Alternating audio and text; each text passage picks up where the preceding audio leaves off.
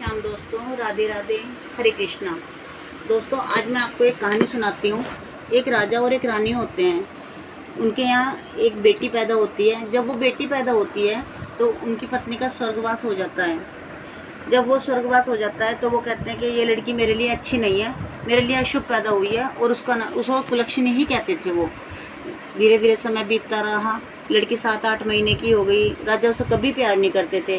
वो हमेशा अपने पापा के प्यार के लिए तरसती रहती थी कि भाई मेरे पिताजी मुझे प्यार नहीं करते। बहुत छोटी बच्ची थी, 7-8 महीने की थी। कुछ लोगों के कहने पर राजा ने फिर दूसरी शादी करी। जब दूसरी शादी राजा की हो गई तो उनकी पत्नी को फिर 1 साल बाद एक बेटी पैदा हुई। माँ भी ठीक थी, बच्ची भी ठीक थी। तो राजा को बहुत खुशी हुई इस चीज़ की कि मेरे यहाँ तो लक्ष्मी हुई है। राजा ने उसका नाम लक्ष्मी रखा और दूसरी बेटी को हमेशा कुलक्षणी कह के बोलते थे। इसी तरीके से जीवन चलता रहा। बच्चियां दोनों खेलती कूदती बड़ी होती गई। जो दूसरी माँ थी वो भी उस लड़की से बहुत नफरत करती थी, उसे प्यार नहीं करती थी बिल्कुल भी।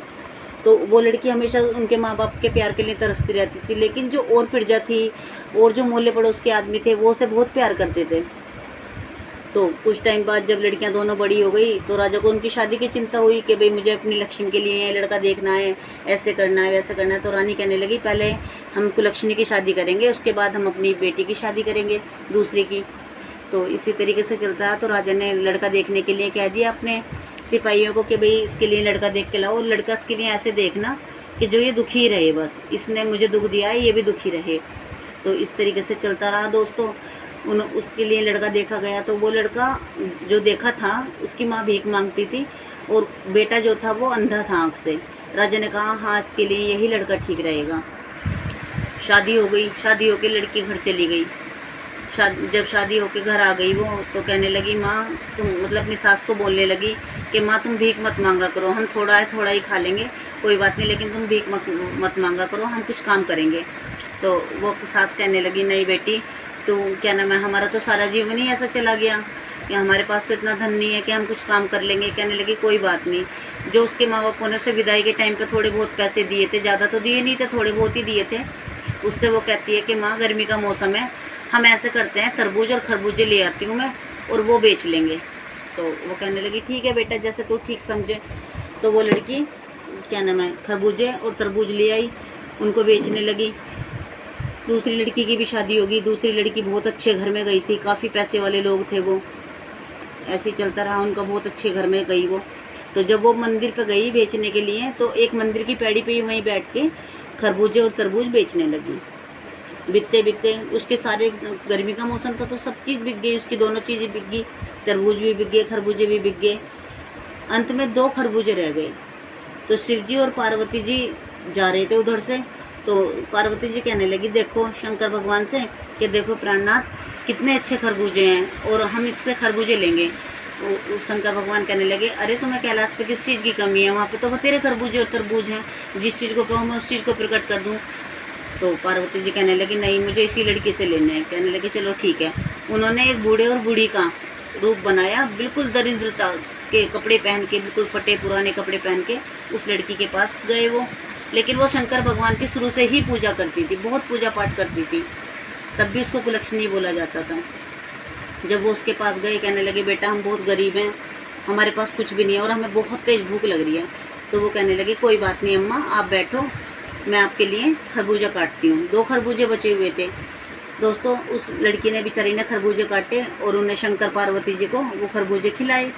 तो उनका बहुत मन खुश हुआ। कहने लगे देखो इसने पैसों का भी लालच नहीं करा और बिना पैसे के, खुद गरीब है तब भी हमें खिला दिए।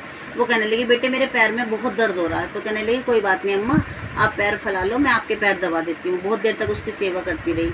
तो कहने लगी मुझे माँ बाप का कभी प्यार नहीं मिला। ऐसे रो रो के वो अपनी सारी बातें बताने लगी। कहने लगी जब मेरा जन्म हुआ था तो मेरी माँ चली गई थी और मेरे पापा इस करके मुझे कुलक्षणी बोलने लगे, तो मुझे कभी माँ बाप का प्यार नहीं मिला। तो वो बुढ़े बूढ़ी कहने लगे बेटा हमारे पास तो कुछ भी नहीं है, तो लेकिन कोई बात नहीं आज से तू हमें अपने माँ बाप मान ले।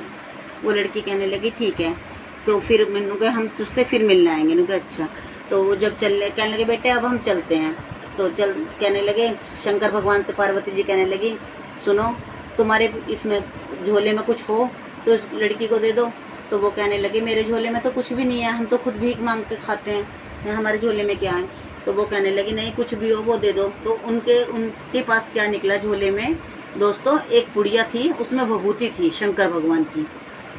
उन्होंने वो भभूति उस लड़की को दे दी। कहने लगे ले बेटा मेरे पास कुछ नहीं है, सिर्फ ये राख है और इसे तू अपना इस्तेमाल कर ली, उसका टीका लगाइए रोज़। इस तरीके से वो मतलब कह के उसको चले गए। थोड़ी दूर जाकर अंतर ध्यान हो गए वो, तो उन्होंने तो मतलब लड़की ने तो ये सोचा कि वो चले गए, जाके पीछे मुड़ के नहीं देखा उन्होंने, वो चले गए छोड़ के। लड़की घर आ जाती है, घर आके कहती है कि देखो माँ मेरे सारे खरबूजे मेरे सारे तरबूज बिक गए। अपनी सास को बोलती है तो कह रही बेटा बहुत अच्छा। कहने लगी आज मुझे इतना मुनाफा हुआ है कि अब तुम कभी भीख मत मांगना, हम जो रोज़ बेचेंगे उसी से ही अपना गुजारा कर लेंगे। उसकी सास कहने लगी मेरे इतनी अच्छी बहू आई है कि मेरे तो भाग्य बहुत अच्छे हैं, मैंने कोई अच्छे कर्म करे थे जो मुझे ऐसी बहू मिली। तो वो कहने लगी ठीक है।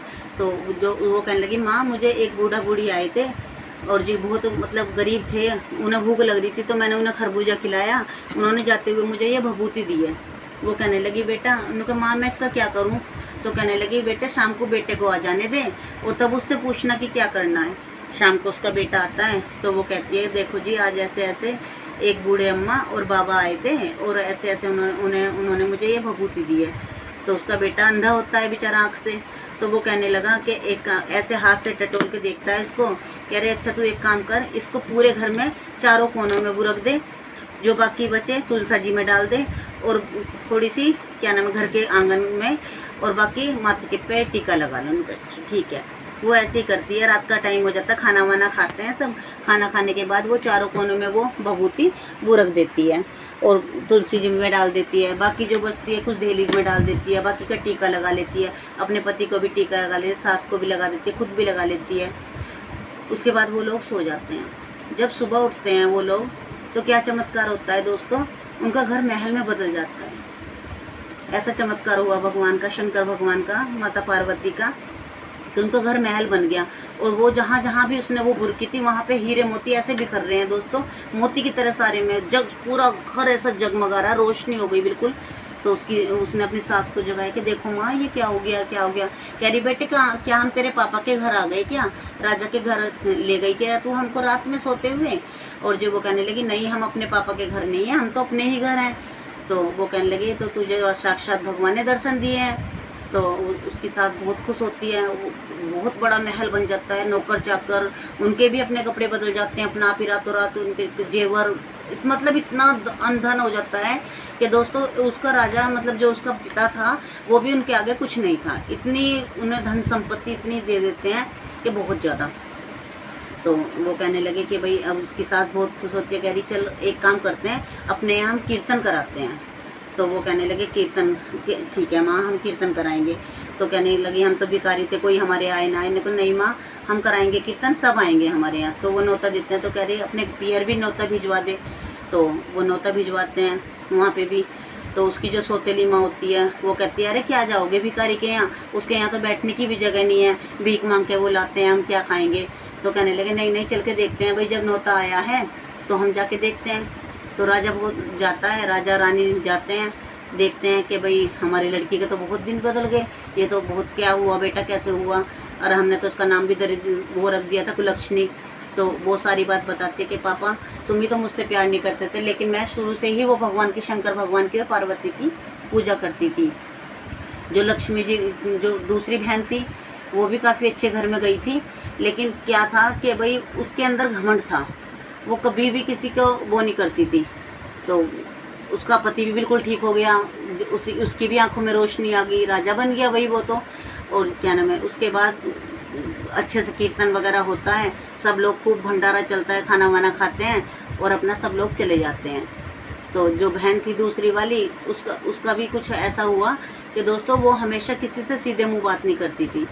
कोई कहता था कि भाई हमें ये कर दो तो वो बिल्कुल भी किसी का काम नहीं करती थी, एक अहंकार में रहती थी कि मैं रानी हूँ, ये है वो है। कुछ टाइम बाद उसका राजपाट सब चौपट होता चला गया उसके व्यवहार से, राज्य भी वो हो गया, दूसरे देश ने छीन लिया, मतलब इतनी दरिद्रता आ गई कि जो स्थिति उसकी पहली वाली बहन की थी वो आज उसकी हो गई। किस कारण? अपने व्यवहार के कारण। उसका व्यवहार अच्छा नहीं था, घमंड था उसके अंदर। तो दोस्तों उन दोनों बहनों की ये कहानी है। जैसा उसके साथ भगवान ने अच्छा करा। शंकर भगवान आप सब और हम सब की भी ऐसी मनोकामना पूरी करें।